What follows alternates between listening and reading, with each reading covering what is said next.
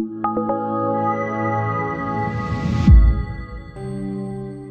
Monday. It's the 20th day in the first Adar in the year Tafshin Pei Beis, 5,782. We're starting the fourth Mishnah. We did the last bunch of weeks, literally 5 weeks. We did 6 weeks. We did Chatos, although 2 of those classes were really introductory to the whole Perek. We're moving on to HaOlah, which means that if you're holding your pages, it's the bottom of 23, line 16. It's the new paragraph. HaOlah kodesh kadoshim, the Korban Olah is the Holy of Holies. Chatos batzafen, it is shechted in the northern side. V'kibul dama b'chlishalas batzafen, the blood was gathered in a vessel of service on the northern side. V'dama ton, the blood requires 2 gifts, 2 offerings, which adds up to 4. This is the first time you have and as I explained to you, means you took the beaker, took the keli, and you threw the blood on the Mizbeach with force. You didn't use your finger, you used the whole fist as I described it to you. And you put the blood on 2 corners, let's say here and here. So you put the blood here, and in the Chazal it's the Mizrach Tzaf, northeastern corner, and then the southwestern corner. By spraying the blood on the corner, it went on 2 walls. So by spraying it twice, it ended up going saviv all around the Mizbeach on all 4 walls. This is called shtei matonos shenarba, 2 offerings which added up to 4. Utu'una, the Korban Olah requires hefshet. You peel off the skin, and the skin is saved. The skin is not burnt. The skin goes to the koyanim. V'nituach, and then the limbs of the Korban Olah are cut up into pieces. And the Gemara says, "V'nitach eisel l'nisachim," you cut up into pieces. V'loi nisacheha l'nisachim, which means that when a Korban Olah was put on the Mizbeach, they cut the animal up into pieces, but big pieces. And they didn't make the big pieces into smaller pieces. They threw big pieces of meat onto the Mizbeach. However, the Torah determines what a piece is. And it was entirely for the fire. Entire for the fire. Nobody got anything from a Korban Olah. Everything went to the Mizbeach. Now, Rabbi said, before I get to my comment, I just want to make one observation. The Gemara already says that when we talked about Chatos, we didn't say Kachi Kadoshim, except in the introduction. When we talked about Parvas Hashem Akipurim, Panam Anasafim, Sinim Anasafim, and Chataos Asiv Vayachim, we didn't say the word Kachi Kadoshim. Dafka by HaOlah we say Kachi Kadoshim, and the Gemara asks the question, and the Gemara says the reason by Olah the Mishnah says Kachi Kadoshim because the pasuk doesn't. By a Chatos and by an Asham in Pashas Tzav, it says Kachi Kadoshim. By Olah we don't find any place in the Chumash the word Kachi Kadoshim, so the Mishnah fixes what the pasuk leaves out for Yachal. In Chumash you don't have by Olah Kachi Kadoshim. That's why in this Perek it says HaOlah Kodesh Kadoshim. Now, of course, what's the significance of this? The fact that in the pasuk it doesn't say, in the Mishnah it does say. I don't know. All right. So the fact that in the pasuk it doesn't say Kachi Kadoshim and the Mishnah does, you could translate it either because the Olah is lower than other Kachi Kadoshim, or that it's higher than other Kadoshim, and it's probably a combination of both. But the pasuk doesn't say Kachi Kadoshim, and the Mishnah does. Okay, everybody say now the commentary begins, and I hope. But I spent a lot of time. I spent time last night. I spent time this morning. I spent time a week and a half ago preparing. I just hope much of what I'm going to tell you is sourced. Much of what I'm going to tell you has a makir.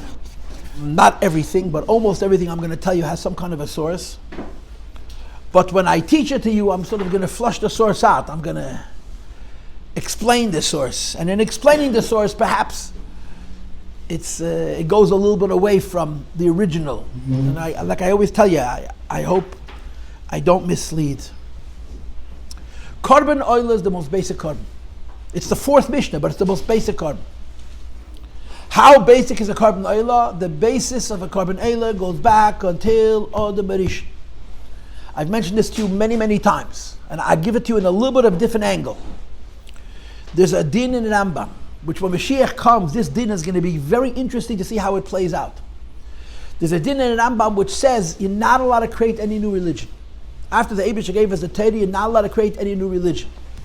I have a student, a very precious student, a very dear student, who's developed a habit. Whatever you tell him, he'll say as opposed to. That's his line. As opposed to. So the Rambam paskins, you're not allowed to create any new religion as opposed to. Finish the sentence. Old religion. What's an example of old religion? Adam HaRishon had religion. Adam HaRishon did not learn to do mitzvahs, right? Adam HaRishon created the worship around the Sheva mitzvahs. Adam didn't have Sheva mitzvahs. Adam had only 6 of the Sheva mitzvahs. Because in the times of Adam HaRishon, Evim and Achai and Retzicha, eating the limb of a living animal, and murder was the same lav. Because you were not allowed to eat meat until the Mabul, and according to Rashi at least, killing an animal was tantamount to killing a person. I think that's what Rashi holds.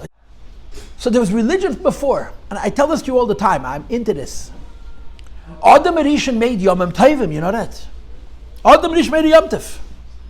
That the way it works in our calendar is approximately around Chanukah. Yeah? You know the story. Adam HaRishon saw the days getting shorter. And Adam HaRishon and Chava figured that because they ate Nisdas Tevara, the sun was slowly going to burn out, and it was going to get shorter and shorter and shorter and then disappear. And then one day Adam HaRishon and Chava noticed that the length of the day didn't shorten from the day before. And the day after that it didn't shorten from the day before. And the day after that actually became longer. So they made a Yom Tov. That Yom Tov, every religion in the world, lahavdil, has. They call it by different names, and I'm not chas v'sholem in any way, shape, or form putting it on the same place. For us, it's Chanukah. There are ancient Yomim Tovim that go back till Adam HaRishon. Says Midrash Chazal. So those you have to assume the Mashiach is going to come, and Goyim are going to keep Sheva mitzvahs b'nei Noach. They're not allowed to create new religion, but they're allowed to go back to the old. I'll explain to you why this is important. The Sheva mitzvahs b'nei Noach are not a way of life. The Sheva mitzvahs b'nei Noach are not a way of life. They're laws.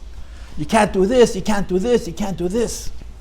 I believe strongly, and I have very little source for this, I believe very strongly, that when the Rebbe made the campaign for Sheva mitzvahs, you may or may not know this, when the Rebbe made the campaign for Sheva mitzvahs, at one point the Rebbe shut it down.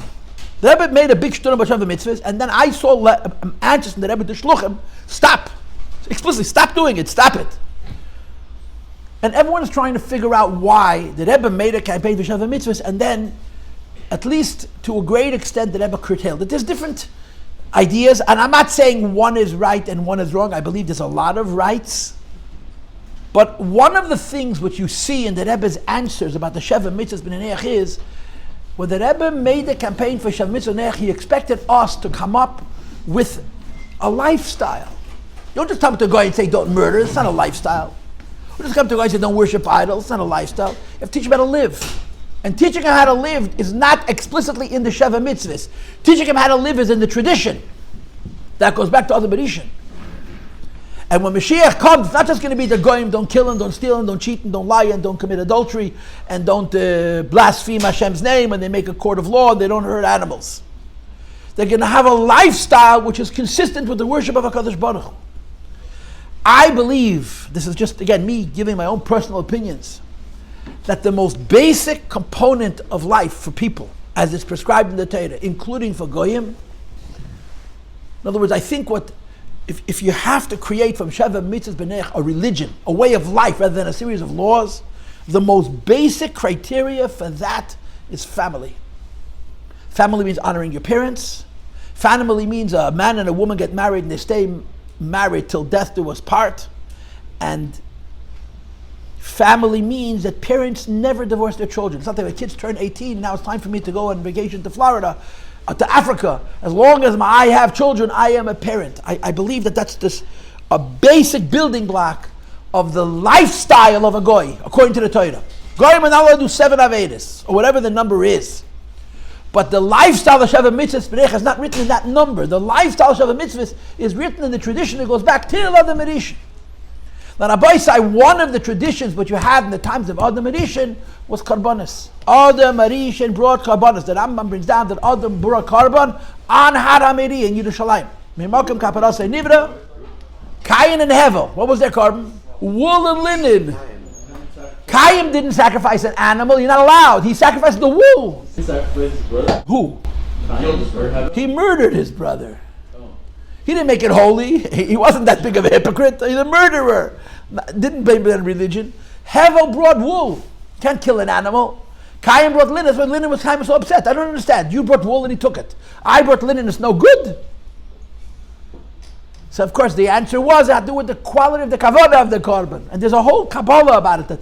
This is the source of Chatos, wool and linen together. It's exciting. In Kabbalah, this brought Ma'amari Hasidus as well. So they brought fruit. So Karbonis goes back to the very beginning of time. And Karbonis means Kishmoi Keinu, a sacrifice. You give it away to Hashem. The earliest Karbonis, Rabbi Sai, had one thing in common. I talked about this a lot in the last few weeks. There was no such thing as you sitting with the Eibishter and eating. There's no shlamim, there's no chatos, there's no asham. A shlamim, Hashem gets a piece, the kohen gets a piece, the bailim gets a piece, the host gets a piece. A chatos and a asham, Hashem gets a piece, and the kohenim get the rest. A olah is kol ishim. Hashem gets all of it, and man gets none of it. That's the most basic korban. Rabbi say this is why Karbonos Olah apply not just to Yidden, but they also apply to Goyim. Because the whole idea of you bringing a sacrifice to Hashem and sitting there with Him and eating, you're talking about God. If you take Him seriously, the idea of you're looking at Hashem and you're eating and you're drinking is an unbelievable chutzpah. Who do we think we are? The Eibush is eating and we're eating with Him.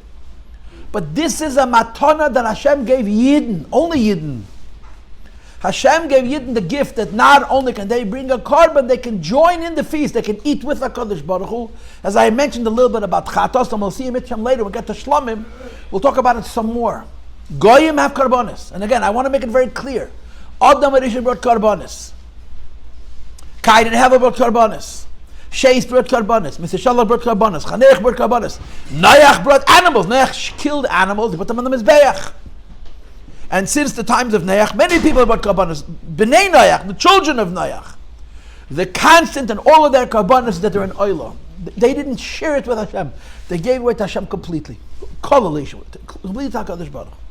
And again, on one level, on a simple level, the pshat of kol ishim is, I can't eat with Hashem. When Hashem eats, I don't eat. When I eat, I'm not around Hashem. It's not respectful to eat in front of the king.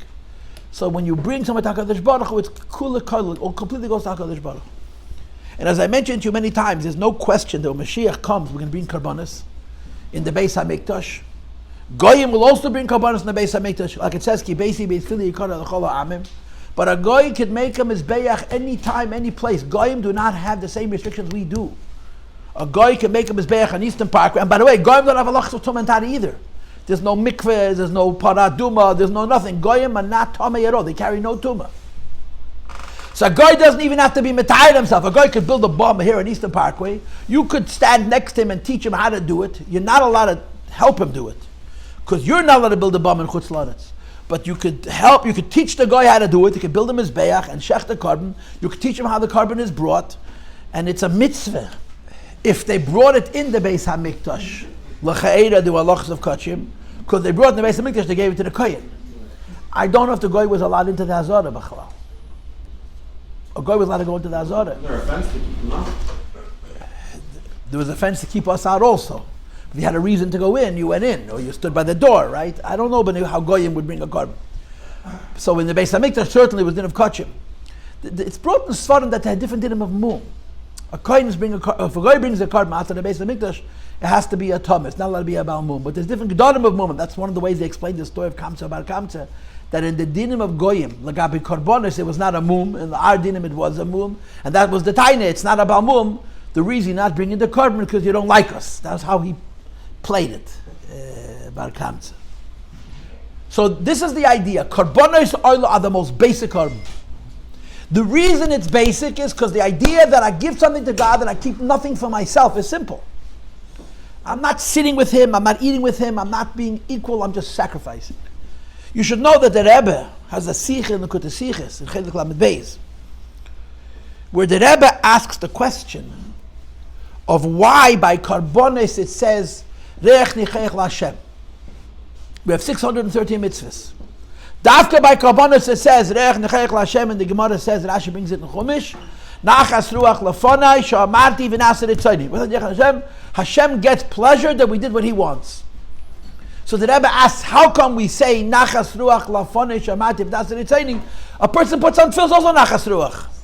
A person keeps kosher or Shabbos, also nachas ruach. How come dafka by karbonis we say nachas ruach לפני שאמרתי ונעשה רצוני? And the Rebbe answers the question pshuta shel mikra because the korban is the only mitzvah that we do that there's no return. There's no reciprocity. We're not getting anything back. We just sacrifice. But that idea that a person brings a korban and in the korban there's no return is particularly by a korban olah, or specifically by a korban olah. You give something away to Hashem and you're getting nothing back. I want you to know that in many svarim it says different than this, but this is how the Rebbe explains it in Rashi and Pshutei Shel Mikra, that when you bring a korban olah, you're giving something to the Eibishter, you're getting nothing back for it, which makes the korban very simple. Whoever I am, I can bring a korban, because I'm not trying to get anything in return, I'm just trying to give something to HaKadosh Baruch Hu. If I want to give and get, then I have to be worthy of getting. But if I want to give and give, all I want to do is give. So you can do it under all conditions. That's the trademark of a korban olah. So when you ask the question, is a korban olah higher than other korbanos? Or is a korban olah lower than other korbanos? There's two ways to look at it. You could say a korban olah is lower than other korbanos. Why? Because since I want nothing back, I'm just giving, I don't want to get anything back. So a korban olah, since I'm giving, I'm not getting anything back, I could be whoever I am and wherever I am, whatever level of readiness or lack thereof. When I bring a korban to Hashem where all I'm doing is giving and I want nothing in return, I don't have to be in a very good place. Mash'enken, if I give and I want to get, like by a Chatos or by an osham, and certainly by a shlomim. A shlomim, you sit at the same table with Hashem and you eat, which is an incredibly profound idea and arguably a very chutzpahdik idea. A yid sits with Hashem and eats. So over there you have to have a certain level of readiness to deserve to do it. But if I'm giving to Hashem but I want nothing in return, it's very simple. Go ahead. Like everyone sits and eats no matter how ready they are. So like, you have to be tired. You have to be tired. And if you're tummy, you don't eat. Right? But your point well taken. A korban pesach is considered in halacha shlomim. Even though it's only eaten liyayim v'laylat chatos, and the shlomim mishnei yom v'laylat a shlomim, a pesach, which is why shlomim and chatos pesach and chatos are very tricky, because it has to be lishma. But by a korban pesach, we say that if pesach came, and I didn't shech the korban pesach, and pesach passes, I bring it as a shlomim, because pesach is in other words, me and the kohen and Hashem are sitting by the same table and eating. So on the one hand, you could say the olah is a simple korban. But in a lot of the svarim, they say the opposite. In the Mekubolim, the Kabbalah svarim, I didn't see so much in the Rishonim. I'm not saying that I looked. But in the Kabbalah svarim, they talk about a korban olah, they say that a korban olah nobody eats because nobody deserves to eat. They flip it. In other words, what I'm trying to say is that there's two ways to look at this idea that a korban olah only Hashem eats, we don't share it with him. On the one hand, it's a simple korban. A child could bring it. Anybody, you bring an olah. You give something to HaKadosh Baruch Hu, and Hashem says it gives him pleasure. On the other hand, it says in Sfarim, there's a sefer called Telas Yaakov. I might as well give you a 2-minute advertisement. I digress, but this is interesting information for those who have any feel for Chassidus and for Kabbalah. There are thousands of Kabbalah Sfarim. Thousands. We had many years ago a Jew who worked in the Rebbe's library. He's now deceased. His name was Rabbi Adam HaRishon. Came in Fabrengen downstairs in Zal. I think I recorded the Fabrengen, but I'm not sure. And he spoke. He spoke about the Rebbe's library. He spoke about Sfarim. He had an incredible mind. My shver, my father-in-law, who was a genius, told me about Adam HaRishon has an incredible memory. So Adam HaRishon told us, we asked him, in what way is the Rebbe's library the greatest library in the world? So he said in Kabbalah Sfarim, the Rebbe's library has 15,000 Kabbalah Sfarim. 15000. 15,000 Kabbalah Sfarim. You haven't heard the names of more than 22 dozen. 15,000. He said that recently 2 libraries were joined in Eretz Yisrael and then they out-Kabbalah'd us. But the Rebbe's library has over 15,000 Kabbalah Sfarim. Kabbalah Sfarim that you never heard of the authors. In our tradition, I'm sorry? Like nothing, not nothing Sfarim, but like a guy wrote down one thing, or it's like actual Sfarim? Sfarim, from Gedali Yisrael, from hundreds of years ago. But Chabad Chasidus has a very, very, very serious narrowness or discrimination when it comes to Sifrei Kabbalah. When it comes to Nigla and Halacha, the Rebbe quotes everybody. The Rebbe quotes everybody. It was a famous story in my years in Yeshiva that there was a Yid with whom the Rebbe had a big falling out, a very big falling out. The Rebbe wouldn't let him see him. He was a very, very big Gaon, and the Rebbe wouldn't see him. And the Rebbe had a sicha on a topic that he addresses in one of his sfarim. So the people who worked on the sichas didn't know what to do, because the Rebbe was very careful to quote everybody expose on the very same subject. So they prepared the sicha, and then they wrote on the margin, by the way, so and so in one of his sfarim has a whole discussion on the issue. So they made a star on the name, on the title of the sicha. The first footnote is, for everything written in the Sikha, look in the Sefer so-and-so from Hagon Reb Sheyichye, he quoted his name, Sheyichye, who speaks about it at length. The Rebbe almost never let these things become personal. He had very big differences with this person, but when the Rebbe heard that he has a whole arichas on it, the Rebbe, he didn't put it in one of the footnotes. It's in the introduction to the Sikha. It's not the first footnote. It's a star. Before the footnote 1 is to reference this Sefer. But when it comes to Kabbalah, the Rabbeim are very, very frugal. Another sefer that has it, but you already did it. When they came to, I heard another version that when they came to Rebbe, Rebbe said the source is from another sefer, but you already put it, so leave it. Okay, this I didn't hear. I mean, I remember the story when it happened, but that doesn't mean that my version is better than yours. I remember when it happened. It was a conversation, but maybe. Who is it? Oh, I'm not saying it. If I wanted to say, I would have said it already. Yeah. Politics of people who lived 100 years ago, I'll tell you. Politics from today, I'm not going to tell you. Still today? Unfortunately, yes. Now wait. But when it comes to Kabbalah, the Rabbeim are very discriminating. They quote almost nobody. The previous Rebbe writes in his memoirs, that this is how I read it, and I know this is only my read, but that the Kabbalah, which makes its way into Hasidus and Hasidus Chabad, is built on 3 masters, on 3 great Kabbalists, whose names you've come across in Hasidus. The first is called Avodas HaKodesh, and the Mechaber of Avodas HaKodesh is Reb Meir ben Gabi. He was a Jew from Portugal, I believe, from Gerushay Sfarad. He was older than the Ramak and the Arizal. The second is called Pardes Rimoinim for Rameshu Kodaviru, the Ramak. And the third is Eitz Chaim, or Pri Eitz Chaim, or Shara Akdomis, from Rabbi Yitzchak Luri Ashkenazi, the Arizal. The Frierdiker presents us that our culture of Kabbalah is based on these 3 personalities. Remeir ben Gabi, Rameshu Kodaviru, and Rabbi Yitzchak Luri Ashkenazi. Remeir ben Gabi's most important sefer is called Avodas HaKodesh. But he has another sefer called Telas Yankiv, the worm of Yankiv, for reasons that I cannot get into at the moment, but Teleya, worms, are connected to Tefillah. Shavasenu Kabel, Shmatzak, Asenu Yedea Talumis is Begematria Telas, Teleya and Telas. Because a worm bores through the ground. Similarly, our Tefillah tries to bore through the hardships and reach HaKadosh Baruch Hu. So he made a siddur on davening called Telas Yankiv, the worm of Yankiv. And in the Sefer Telas Yankiv, he speaks about this Perek Mishnayos. And HaOlah, he says nobody eats a Korban Olah, because Olah is correcting for the kind of Aveira which everybody is guilty of. And because Olah is correcting for the kind of Aveira everyone is guilty of, the guilty party cannot eat it. Just like when you bring a Chatos. When I bring a Chatos, the Kohen eats it. I don't eat it. So when there's a Korban that if I did something wrong and a Korban is being brought for my wrong, I cannot eat the Korban. So the Telas Yankov writes, the so-called sin for which the Olah is offered, we're all guilty of, and because the sin for which we're all guilty of, nobody eats it. So this is the other side of the coin. One side of the coin is Korban, such a basic Korban, God can bring it also, because you're giving and you're not taking. The other side of the coin is Olah is an incredibly high Korban because it atones. He calls it Machshava Hal Yoina. It's atoning for sins that we do on the level of supernal thought, of higher thought.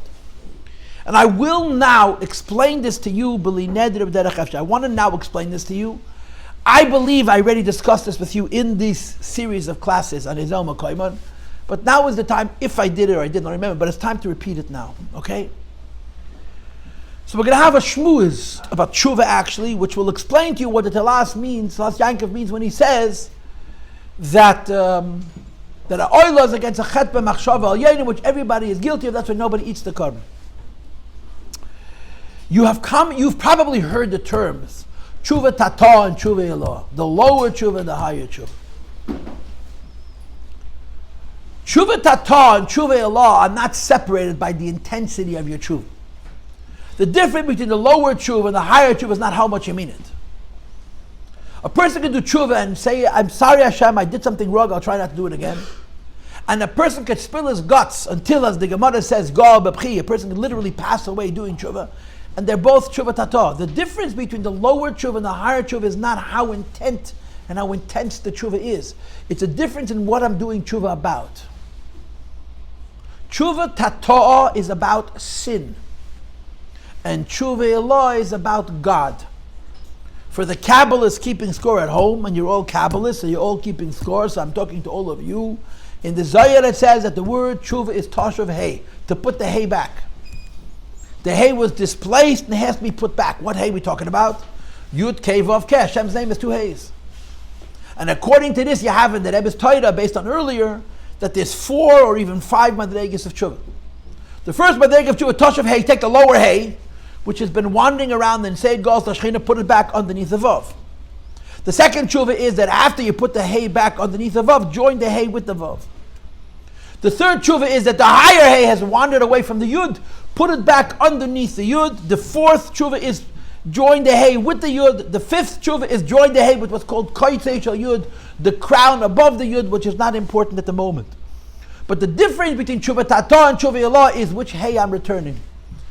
Tashav hay, hay Tata, Tshuva Tata. If I am returning the lower hay, that's called Tshuva Tata. Tashav hay, hay Olah, Tshuva Olah. If I'm returning the higher hay, that's called Tshuva Olah. What's the difference? It's very, very simple. If I did something wrong and I need to fix it, it's Tshuva Tata. If I have a problem in my relationship with Hashem and I correct that relationship, that's called Tshuva Olah. In other words, Rabbi Isai, we're religious. We're religious. We're religious, right? We're more religious than we realize. Even according to him, he's sleeping so I can say what I want. Okay, we're religious. We're very from. We're not perfect. We're not perfect, but we're very from Baruch Hashem. But we make mistakes. And of course, the biggest problem in making mistakes is we don't do that many Avedas. But the Avedas that we do, we tend to repeat again and again and again. They become chronic. And Tshuva Tata means to stop doing an Aveda. Not an easy thing to do. But that's what Tshuva Tata means. Tshuva Tata means to stop doing the Aveda. Anytime I have a sin and my focus of Tshuva is on correcting the sin, it doesn't matter whether I'm doing Tshuva on the simplest of levels or I'm doing Tshuva with unbelievable intensity. If my Tshuva is about correcting a wrong, it's Tshuva Tata. But there's a logical assumption. And the logical assumption is you will not do things wrong if you're focusing on God. Right? Okay, forgive me for giving you this example, but in Achei Temimim, we're allowed to speak this way. You're going to get married, yeah? And you're going to have a wife. Mitzvah Shem. And one of my quotable quotes, one of my cliches that I say all the time, I just told it to one of my children yesterday. You should know that the people in the world closest to you are going to hurt you the most. It's a fact of life. Nobody hurts children like parents do. It's the truth.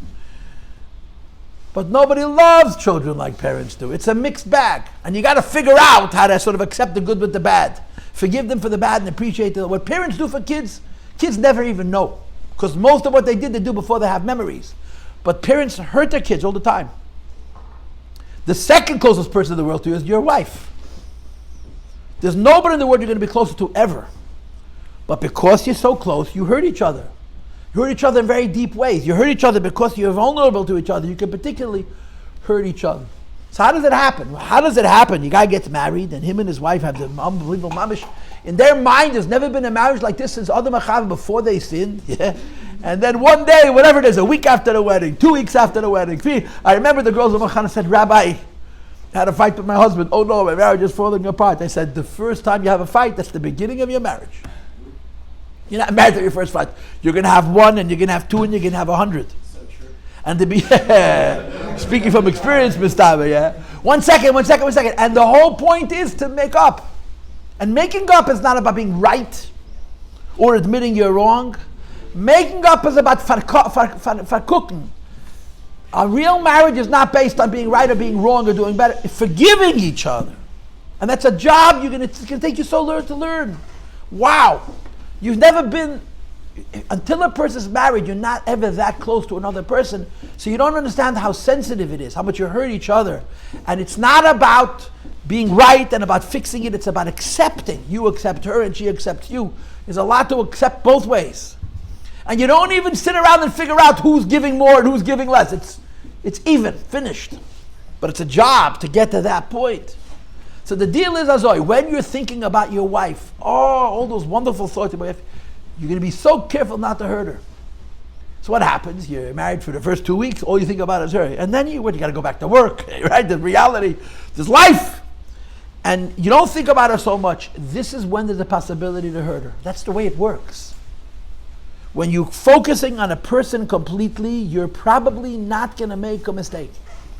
But in life, you can't afford to focus on people completely, right? You're going to have a baby, right? How many? More than one. As many babies you will give.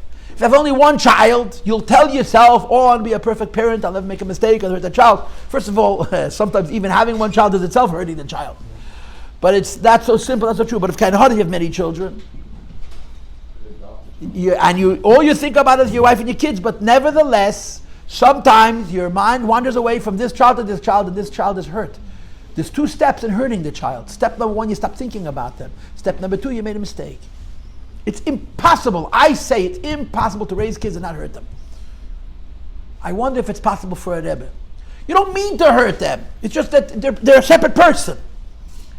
And in the gentlest and in the finest parenting circumstances, kids get hurt. It's life. And you know what? It's part of growing up is to be able to deal with that hurt. If you can't deal with that hurt, you're not grown up. But you think about your children and you try to do right by your children and you make mistakes. It's a fact of life. You make the mistakes when your mind wanders away. Now maybe your mind wandered away because another one of your children needs your attention, which is a good thing. But that's how it works. You make the mistake when your mind wanders away. Meaning to say that there's 2 sins in every sin. Every time you make a mistake, there's 2 mistakes. Mistake number 1, I stopped paying attention. Mistake number 2, I did something wrong. And I'm not saying that it was right, it was wrong to stop paying attention. You have only one brain. And you have to put it in many places. There are going to be situations in life where you're going to have to say to your child, not now. I'm busy, come back later. And when you say to your child, not now, I'm busy, come back later, you just did 2 sins. You didn't make them first, and you hurt them. Why? You had something else that you needed to do. It needed to get done. It's a good thing. Not perfect. We do our best. But part of our best, and I'll say it again, is we hurt the people closest to ourselves. But it never happens, or it almost never happens, that you're sitting and focusing on that person and you do something which is not calculated. So anytime a person does an Aveda, there's 2 layers. The first layer is I stop focusing on them. And the second layer is because I stopped focusing on them, I did something which was less than perfect. And this Rabbi Isai is called Tshuva Tato and Tshuva Olah. The lower tshuva is what I did wrong. The higher tshuva is because I stopped paying attention. If you're thinking about Hashem, you're not likely to do an Aveda. If you stop thinking about Hashem, even if you're justified, but when you stop thinking about Hashem, this is where the mistakes slip in. Tshuva Tato means I'm correcting the wrong that I did. Tshuva Olah means I'm correcting the lack of focus on HaKadosh Baruch Hu. Moirai ve'Rabbi Isai, a Korban Olah is Tshuva Olah. A Korban Olah is the idea of reconnecting to Hashem. More than a Chatos and more than an Osham. In our Perek, Chatos comes before Olah. And if Chatos comes before Olah, it means Chatos is holier than Olah. The fact of the matter is, the halachas of Korban Chatos are in certain ways more strict than the halachas of Korban Olah. But in other words, a Korban Olah can be seen as a lower Korban than a Chatos, and it can be seen as a higher Korban than a Chatos. So you could say it's lower than any Korban, anybody can bring it. On the other hand, it says in Kabbalah Psalms and Helikas Sfarim, Olah is intimacy with God. It's a sin, it's tshuva for a sin of thought. Who's not guilty of a sin of thought? And a sin of thought simply means I stop thinking about him. So the Taras Yaakov says, you know why you don't need a Korban Olah? Because whatever the sin of Olah is, we're all guilty of. And when a person is guilty of a sin, that Korban he doesn't eat, somebody else has to eat. And if nobody can eat it, it's called a Leishim, the Eibush eats all of it. So I'm presenting you with 2 perspectives on the Korban Olah. Perspective A in Korban Olah is, you could make the case that it's even lower than a shlomim, because anybody could bring it. Why? If I'm giving something to Hashem and I want nothing in return, so what's the big deal?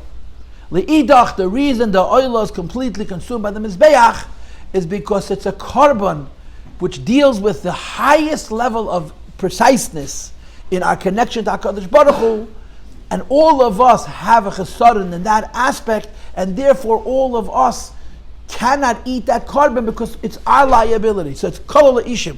The Eivish eats the Korban complete. In the Psukim, really, in the Chumash. And then, of course, in the Gemara, there's a rule. And I'll say the rule in two ways. Number one, if I do an Aveda, I bring a Chatos. But there's a rule that whenever you bring a Chatos, you also bring an Olah. Whether it's required, or it's a Nedava, or it's volunteer. But whenever you do an Aveda, you bring a Korban Chatos for the Aveda, and then you bring a Korban Olah. And there's another rule. And the second rule is, if I was mevatel a mitzvah saseh, if I didn't put on tefillin one day, chas v'sholom, if I missed ma'ariv, it's midrabanan, but it's a mitzvah. If I missed a mitzvah, there's no korban chatos for a mitzvah saseh. There's only 2 positive commandments, which is a punishment. You know that. We have 248 positive commandments, only 2 mitzvahs which a person gets punished. Doesn't even know what they are. Korban Pesach and Bris. And in both cases, the oynish is kodesh, v'nichrisa. For mitzvahs, for bittul asay, there's no korban. But the tradition was, if I missed a mitzvah asay, I brought an olah. If I missed putting on tefillin, I came to the base of mitzvah, I brought a korban olah. If I missed doing some other mitzvah, I brought a korban olah. And it's a volunteer. Nedava, I had no requirement, I did it on my own.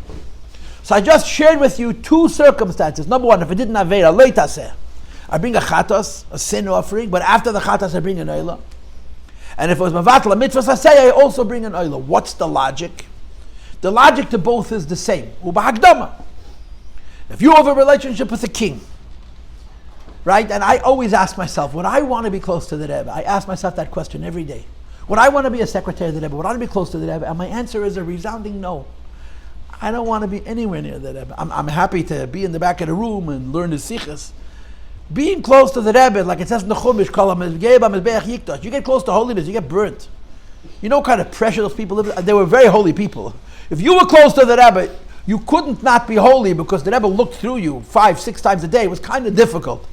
You know, Rabbi Groner and Rabbi Klein and Rabbi Chadikov, they worked so closely with the Rebbe. They went to the Rebbe again and again and again and again. It's the pressure is enormous. You're dealing with godliness. You're dealing with a person that you can't even understand his responses. You can't explain how he acts because his motivation is not necessarily coming from his mind. It's coming from his soul. It's intense. We have a personal relationship with the Eibishter. What happens to a person who has a relationship with the king and he made a mistake? He dissed him, right? This is the culture of the 90s. The word "diss" has been dissed. Dissed is the slang for disrespected. A long time ago, when I was your age. Okay, so you dissed him, you upset him. So what happens when you upset a king? He disses you. But in this case, it doesn't mean disrespected, it means he distances, he's not so warm to you. So you want to return to his grace, you want to return to his favor. So you ask him forgiveness. And in asking him forgiveness, you do what's called a praklit. Praklit is the Hebrew word for an attorney, for a lawyer, for an advocate. Praklit means I come to the king and I negotiate that he should forgive me through a korban. You have an attorney, a lawyer, but the lawyer is a korban, which is please forgive me for my wrong. Now very, very often, I'm sure you've had this experience yourself, which is a guy that you know that this is you all the time, and he says, please forgive me. I say, you know what? I forgive you, but one thing. I forgive you, but please stay away from me. I forgive you, I'm not upset with you, but I don't want to be around you because you're a lot of nud and not enough nicked. The balance is off. I don't want anything near you. So after you got the king to forgive you, you have another process. He forgave you, he's not angry at you, he's not going to punish you, it's good. But now you want to return to his grace. You want him to like you again. So then you have what's called a doiron. This praklit. Praklit means advocacy. Someone comes and a lawyer advocates for you. And doiron means a gift, an offering. I come to the king and I bring him a gift and say, I want you to like me again. Of course, getting to kings to take your gift means you got to find a gift that's rare to a king. It's very hard to please kings. Kings have everything.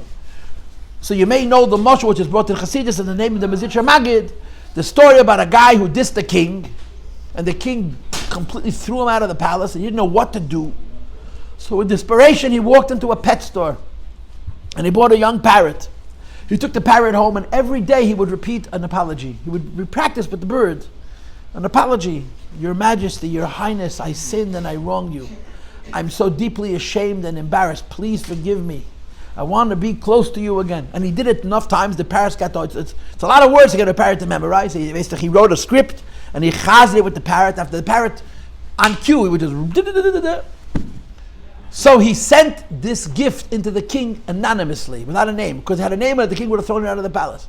It was a golden cage, with a place for water and a place for seeds and a place for everything else. And the parrot's a gorgeous bird.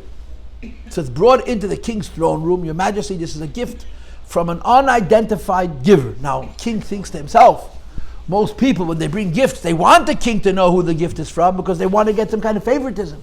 This is an idealist. He's giving the king a gift. He doesn't want the king to know who he is.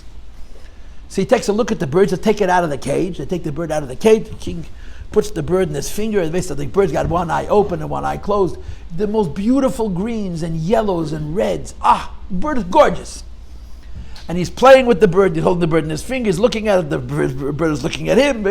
Each one is trying to decide who's the balabayas and who's the subordinate. Anyway, at some point, the king does whatever the king does, and it triggers the bird. Vayiftach Hashem es pi, a parrot, and he rattles off his apology. So first of all, the king right away knows this is not anonymous at all. It's coming from Pliny ben Pliny, who dissed him, disrespected him, and therefore he dissed him back. He distanced himself from him. But the king, for one moment, laughs. For one moment, before he's able to control, he laughs. And then he chaps, I'm angry at this guy. I'm not supposed to laugh, but it's too late. That's the power of laughter. That's why it says in Kabbalah and Chassidus that laughter comes from the highest madregas. The king is upset with this guy. It's official. The Rebbe said called anafatziel bregas. Officially upset. But when the king laughs, the king loses his ability to be angry at that person. This is called doiroin. So the seder is this: if I didn't have of leitaseh, I first bring a chatos. Hashem should forgive me, atone, kapora, and then the doiron is to return to His graces. If I was mavatal a mitzvah, I say there's no chatos, there's no korban for it. But there is the doiron. The person made a mistake and missed chatos mitzvah, he brings a korban eila as a doiron. And understand the philosophy behind it, Rabbi say. A korban chatos is what I did wrong. A korban olah is to return to the graces of God. This is why, according to the Telas Yaakov, Reb Meir ben Gabbai, the first of the three great Kabbalists on which Chassidus Chabad is built, this is why nobody eats an olah, because we all need it for ourselves. When I do a sin offering, the kohen eats the meat, not I. When I do an olah, the kohen can't eat it either, because kohenim are guilty of this sin as well. It's the sin of a lack of focus. He indicated it's almost impossible for a human being not to have this chesaron, and this is his reason for why a korban eila is completely consumed by the Mizbeach, because it's not a person alive that you could say has no chesaron. I'm going to stop now. I just want to say one more short word that it says in the Sikh, it says in Chassidus, that the word olah is translated as al havaya, higher than shem havaya, or HaOlah. HaOlah has two hays and a vav, so it's al Hashem. The korban olah is higher than shem havai. It's above shem havai. That's why nobody eats it. And if you've been paying attention for these 11 classes that I've given you so far in Adam HaRishon, I told you that it says in the Kabbalah of the Ramak that all kosher kodeshim are considered higher than shem havai. This is the madrega of kesef. But that's the concept of a korban olah. On the one hand, a korban olah is lower than any korban v'harai, even a benech can bring it. On the other hand, a korban olah nobody can eat, because it goes on such a sensitive deficiency in our relationship with HaKadosh Baruch Hu that we're all guilty of it, and a guilty person cannot eat the meat from that korban. Go ahead. Rav Shem Shim. What about those like 5 people who never said 6? 4. Okay, so, yeah, 4. So of course, the halach, the answer to your question is Lei Plug Rabbanon.